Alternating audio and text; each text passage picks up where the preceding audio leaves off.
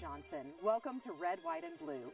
Earlier this year, Harris County Judge Ed Emmett appointed attorney Gene Locke as interim commissioner to replace the late Franco Lee for Harris County Precinct 1. Upon being sworn in, Locke stated, "This precinct belongs to Franco Lee, and anything that I do for the next 11 months belongs to his legacy." Commissioner Locke has a history of public service. He was Houston City Attorney from 1995 through 1998, Special Counsel to Metro, and General Counsel to Harris County Houston Sports Authority. Since taking office in January, one of the many issues on the commissioner's to-do list was to put forth an aggressive plan to help improve streets throughout the precinct. As of last week, the Commissioner's Court passed a measure that adds $1 million to an existing contract to make concrete repairs. This week, Commissioner Locke threw his hat into the race to seek the Democratic nomination for the Precinct 1 seat. So tonight we ask, what would Commissioner Locke like to accomplish during his current term? What would he like to see the city and county collaborate on? And what issues would he like to address in the criminal justice system and mental health care? Tonight, we are pleased to welcome Commissioner of Precinct 1, Gene Locke. And leading our discussion are hosts David Jones and Gary Polland. Once again, Gary, I'm in the lead as far as leading the discussion. So I will, in the interest of full disclosure, say that I once worked for Mr. Locke at the University of Houston in 1968. We all make mistakes. Yes, and he may not remember this, but he selected me to be a representative of a group of black student organizational leaders to explain to the students in the dormitories what exactly black students were doing with certain demands they were making in college at that time. I don't know whether you remember that or not. Man, you taking me so far back. I can hardly remember last year. Well, it was scary to me, all right? It was a scary moment. Well, you survived it. I did. It's shocking. Okay, well, the first question, of course, we want to ask you is, how do you like being commissioner? Well, I'm enjoying it. It's a wonderful opportunity to do a lot of good for a lot of people. I probably underappreciated that going in. I certainly underappreciate the magnitude of the job. Commissioner Lee did a wonderful job in so many areas, and as county commissioner, you have to work in so many fields to be responsible, responsive, and productive.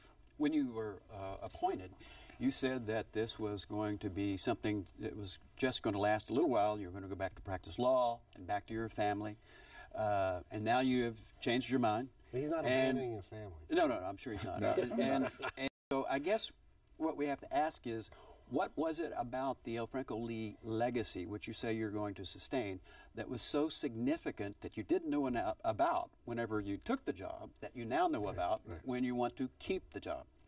When Judge Emmett and I talked about taking the job, I told him I intended to go back and practice law, be with my family, and kind of wind down, But I said, there's one caveat. If I feel that Commissioner Lee's legacy is threatened or cannot be properly implemented, I reserve the right to change my mind. In 2 months down there, what I realized is that legacy is so important to so many people, seniors, young people. I knew it, but I didn't know it.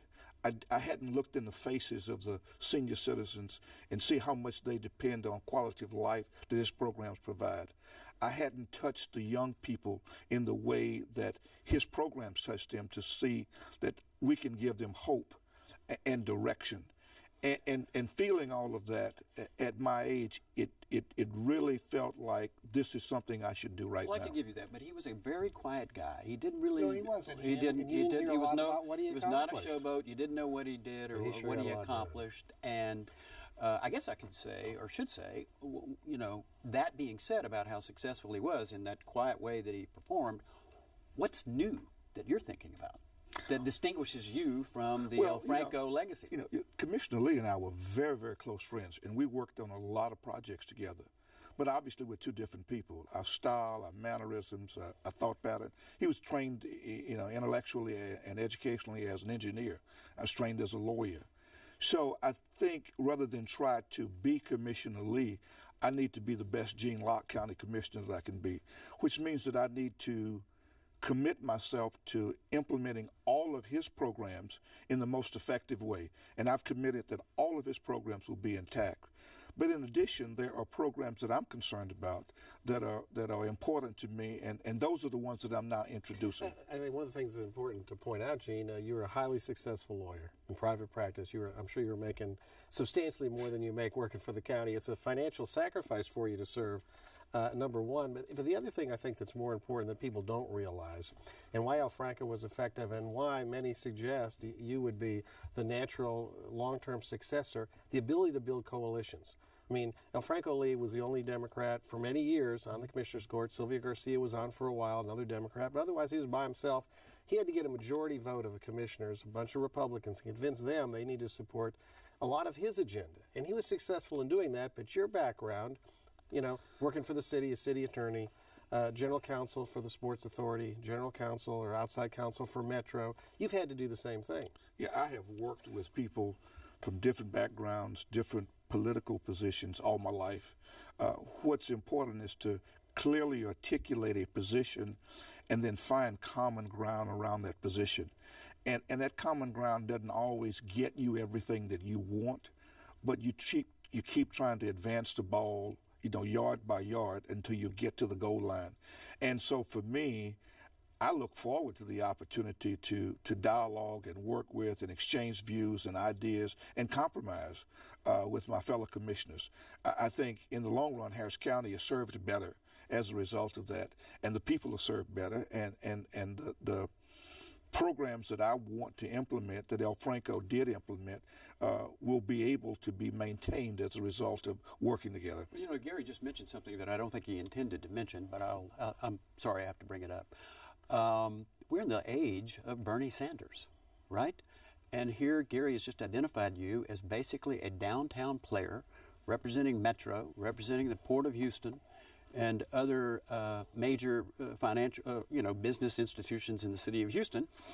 And I would have to ask, were those the people you said in the newspaper who were your supporters and constituents who were saying that you should take this job? If you're going to look at the mirror, you need to look at every image that is presented by the mirror. My background presently is that I'm a lawyer, and I've had the opportunity to work downtown, uptown, in the wards, in the suburbs. But I'm a little boy from East Texas. I came here after picking cotton as a little kid. I worked in a steel mill to carry myself through college. I worked in an oil refinery to carry myself through law school. For years, I represented everyday people in everyday circumstances. I've lived in some of the neighborhoods that I represent in Precinct 1. I still live in one of them. So I have a perspective that is unique to Precinct 1. I have lived the life of every aspect of the people of Precinct 1, which gives me the ability to work with people from every vantage point. I've never done any of those things. Have you, Gary? Picked cotton? I haven't. No, that's pretty impressive. Yeah. I remember watermelons, but I didn't pick any cotton. I worked in a grocery store, though. So I guess the point is that, Metro has a certain influence over, or county government has an influence over Metro. County government has a certain influence over the Port of Houston. Right. Ned Holmes, who was on the Port of Houston, head of it, was a supporter of yours in the mayor's race. I mean, how do you separate yourself from the potential conflicts or the appearances of conflict with these entities? I mean, you don't try to separate yourself from people that you have to work with. You understand that you're going to take the best ideas from all quarters. But I am my own person, and have always been my own person. And the mere thought that somebody brings me an idea, I don't say I am beholden to that person for their idea. It's just an idea. It will be evaluated. It may come from a mother in Acres Homes. It may come from a banker downtown. But you evaluate not the person who's bringing the idea, but the idea itself. And if the idea is productive for Harris County and for Precinct 1, you try to implement it.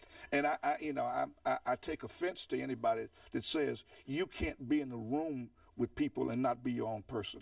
That's just nonsense to even consider. Good point. But you're going to go back to work for Andrew Kurth if you lose this job. I'm going to go somewhere to go to work because I've been working all my life.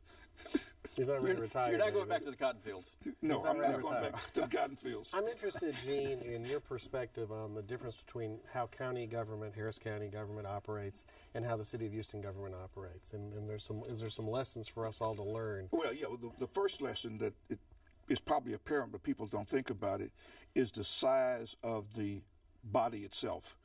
A county judge and 4 commissioners versus a mayor and 17 members of council. That necessarily drives a certain kind of dimension. The other thing is that historically the city of Houston has been the entity that has the greatest spotlight. And so you have to play to the spotlight sometimes. The county has become a very effective machine in bringing delivery of services to people, and now is coming under the spotlight with greater scrutiny. The fiscal affairs of the county are obviously different than the fiscal affairs of the city, but both of them are really good governmental institutions, but neither is good inherently. They're as good as the people who serve them, and as good as the demands of the citizens that the citizens put on them for good government. Would you agree that the city of Houston has been much neglected by county government in terms of spending? As I understand it, the city of Houston collects a huge amount of taxes for the county and maybe gets 1/3 of the amount back. Historically, counties were created to be instruments of the state. They were developed in a time when the state was agrarian and rural, and the county commissioners basically operated in, quote, unincorporated areas. As municipalities have grown up, the cities provide new services now that the counties have said we don't have to survive. I take the attitude that the county and the city ought to work together. So one of the things that I'm doing as a new county commissioner is I'm actually spending county revenue, county resources in the city of Houston, as well as in the unincorporated areas. I'm fixing streets in the city of Houston. I am building sidewalks for young kids to go to school in the city of Houston and in the unincorporated area. And that's because I think that, people have high expectations of government, and there are real needs.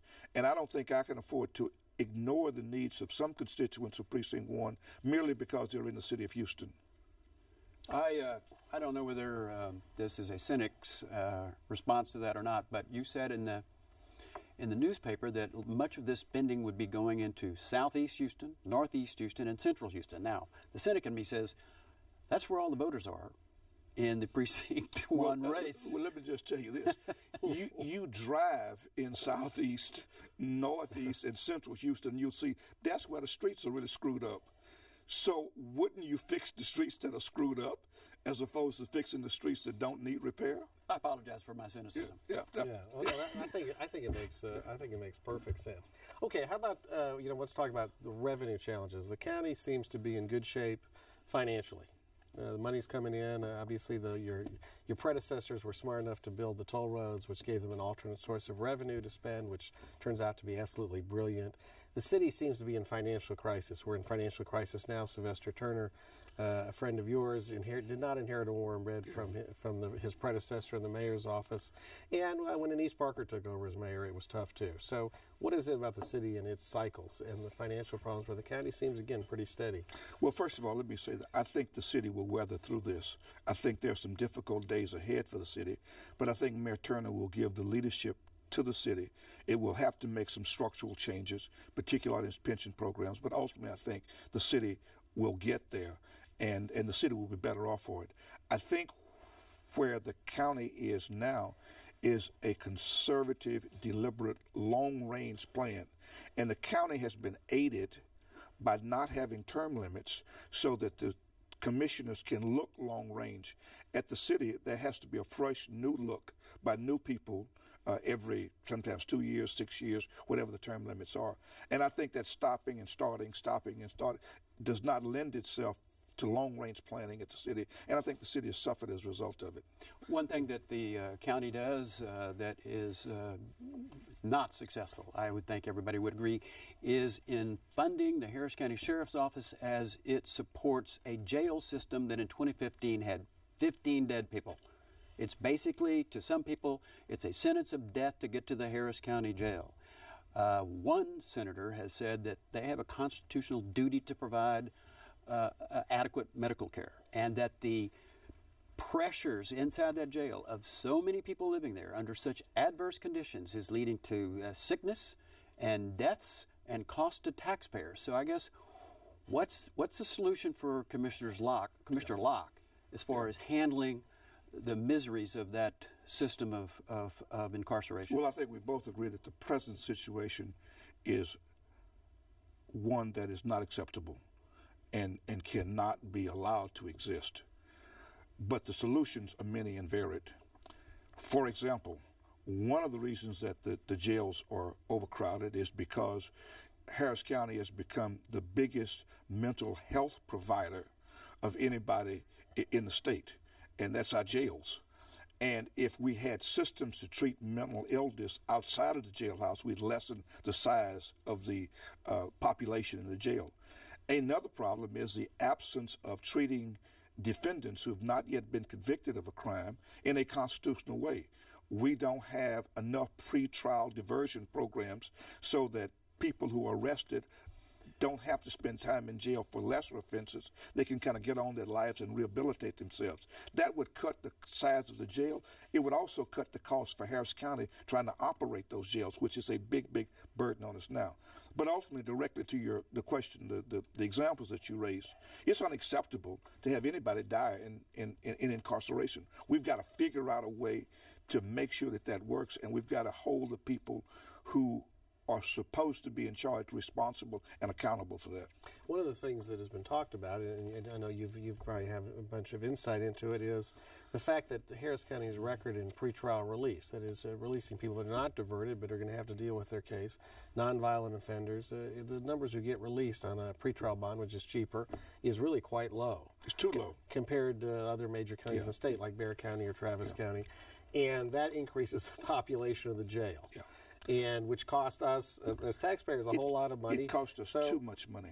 Do you have any insight as to what the problem with the system is, that we can't develop a system where pretrial release can be an important component in how you manage this? We can, and I think there's work afoot right now. I'm involved with the Criminal Justice Coordinating Council and with the district attorney, trying to find a way that we can at least offer to the district and county judges in criminal matters that there is a pretrial system that works for everybody.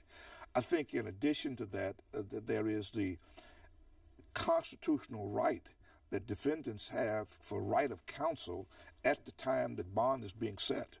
And if we don't recognize that and provide at least the opportunity for a right of counsel, we put ourselves in a perilous position of violating the constitutional rights of folks, and ultimately Harris County can be held accountable for that. And so there are a lot of incentives that I have as the commissioner to try to reform this system as soon as possible. Yeah, and actually if we save money from less people being in jail, you could allow the sheriff to have more money for patrol, but also allow more money to be freed up for rehabilitation programs and the like. Yeah, I could build new parks. Right, build new parks, which we always need more of those. We can't eliminate race from the discussion. Where, presently, the median household income for African Americans in this country is 8% of what white median incomes might be. It's relevant to the bond issue. Black males are sentenced to 20% longer sentences than white males. And now we have Dwayne Buck, who's on death row, about to be executed on racist testimony. And in the last 12 years, only people of color have received the death penalty. You probably know the district attorney, and I don't know whether you know it or not, but she can stop the execution of Dwayne Buck if you perhaps were to weigh in and ask her to do so. I don't know if that's a question or not. I don't know if it's a question either. It's a comment. I'm just telling you. Maybe it's a suggestion. Yeah. Yes. Yeah. What about race and this issue of bail? Look, race is a problem in America. It's not just a problem in the criminal justice system. It's been a problem, since 1621 in this country. As county commissioner, my job is to make sure that all Houstonians have opportunities to live the best possible lives that they can. It means sometimes standing up and calling out racist behavior. It means at other times working to make sure that people are held responsible and accountable for their actions. It would be a long discussion on this TV show if we just went into the depth of racism in America. We have a show just on that. Yeah. Well, have you heard about this Dwayne Buck guy at all? I have heard of him. Yes, sir. Yes, Okay. sir. Yeah. All right. Yeah. All right. Okay, let's talk about your rate. You're in a rate, so you've been appointed. You're serving as commissioner, and there's an election in November of 2016 on the ballot for Precinct 1.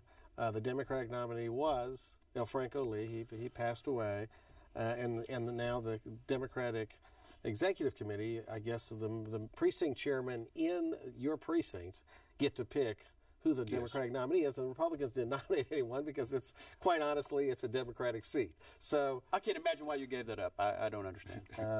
no one asked me, but yeah, it's like it's. Yeah. So the question would be, talk about the politics of this. This is a really different kind of race, not for running for mayor. No, or anything else. It is an unusual circumstance, and I think we're probably charting uncharted waters here.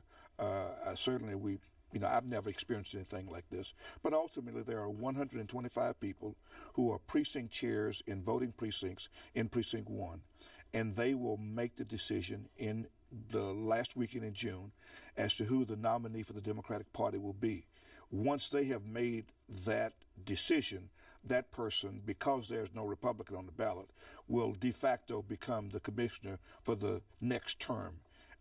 And so your politics is really geared toward trying to make sure that the potential precinct chairs who will be voting know who you are, know what you stand for, know what you're trying to do, and you try to entrust in them the faith and the confidence that I'm going to do the best I can for Precinct 1, and I'm going to keep things rolling and moving in a predictable way. I was saying in a positive vein, what you would have and no one else would have is you're going to have a track record of 4, 5, 6 months in office and what you've accomplished. So that's significant. There's only one other opponent, as I know, who has filed or declared, and that is Rodney Ellis. He said he was very disappointed that you went back on your word. I mean, he's had 2 months being able to lobby these people individually, have them over for breakfast, for lunch, and whatever. How do you overcome this very well-known state senator who has access and has had access to most of these people, representing them for so long? Well, I respect Senator Ellis. I think he's, really served us well as a senator. I think that people will look carefully, the precinct chairs, and make a careful decision. They will weigh what they think is in the best interest of Harris County, the Democratic Party, and Precinct 1. And I'm just encouraged that I have at least the opportunity to present a case to them. Well, it is also fair to say, Gene, that Rodney Ellis is up to, he's been nominated by the Democratic Party to run for re-election for the state Senate in November. Isn't that correct? Yes, that's correct. So he's running for this. If he gets this, he's going to quit that, and then the Democratic Party meets again to pick another nominee. But it's not like he's going to be out of politics. It's not like he will not be able to continue to contribute and to assist the people he represents. I think that Senator Ellis is in a position where if he does not win the county commissioner's race, he will be continuing as a state senator. He'll be on the ballot, and he'll win, and he'll continue his service in the Senate. I raised this in the last show that we had with several city council members, where I first read that you had joined Mayor Turner in Acres Homes with the $750,000 to clean up Acres Homes, and I said to these city council members, wow, it looks to me like maybe Mayor Turner wants Gene Locke to be commissioner. Would you say that he's is there a nexus there that? No, I think this is just political speculation by the insiders. Look, he's the mayor of the city of Houston. He's trying to do what's best for Houston, and now he has a county commissioner who says, "Look, I'm going to work with you. I'm going to spend money that you don't have to spend. I'm going to make these neighborhoods look better because I want to work with you." He would be hard-pressed to turn that down. But again, that's part of the track record we talked about. Yeah. You've already done. The thing is, you probably are a pretty quick study because you haven't been on the job that long. You've already figured out some of the really pressing needs, and not only that, you're able to talk to your colleagues into helping you fund it. Look, that's pretty good. I have been in and around county government for 30 years. I've been the lawyer representing the county for the last 20 years on various matters. I went into the job with a kind of an understanding of, how county government operates and having relationships with people at the county, and it served me well. I would imagine that being city attorney under Bob Lanier was a tremendous influence in your understanding of this city-county government cooperation and failure to cooperate. I think that Mayor Lanier had such a powerful influence on me personally. I learned a lot from him. I respected him in so many ways, and I'm really blessed that I had the opportunity to work with him, and we were as close as we were for so many years. And yes, I'm proud to say that, the sidewalks program that we're doing now, I'm basically copying something out of his playbook. He had a program called Sidewalks to Standards. I have a program called Safe Journey on sidewalks. But it's taking kids who otherwise wouldn't have sidewalks, building sidewalks for them so they can get to school. 15 seconds. Last question. When is Attica Locke going to come out with a new book? Your daughter. She is working on a new book now, and it will be another murder mystery involving Texas, Houston, and East Texas. There we go. And that's it. Lori, well, we'll have to read that book. Fascinating. And one other thing, Lori, fascinating about city county when they work together, what they can get done, isn't it? Absolutely. Thank you, gentlemen. And don't forget that every week following Red, White, and Blue, you can continue the conversation online with Houston Public Media's digital series, Political Perspectives, featuring Jay Iyer and Brandon Rottinghouse. Starting at 8 p.m., log on to houstonpublicmedia.org/perspectives. And remember, you can catch Red, White, and Blue every Friday at 7:30 p.m. here on TV8, and again Saturdays at 6:30 p.m. We also invite you to visit us online and send us your comments. We want to hear what you have to say about the issues that affect Houston. You can submit your comments at houstonpublicmedia.org or on Facebook. And don't forget to like us. Thanks so much for watching. Good night.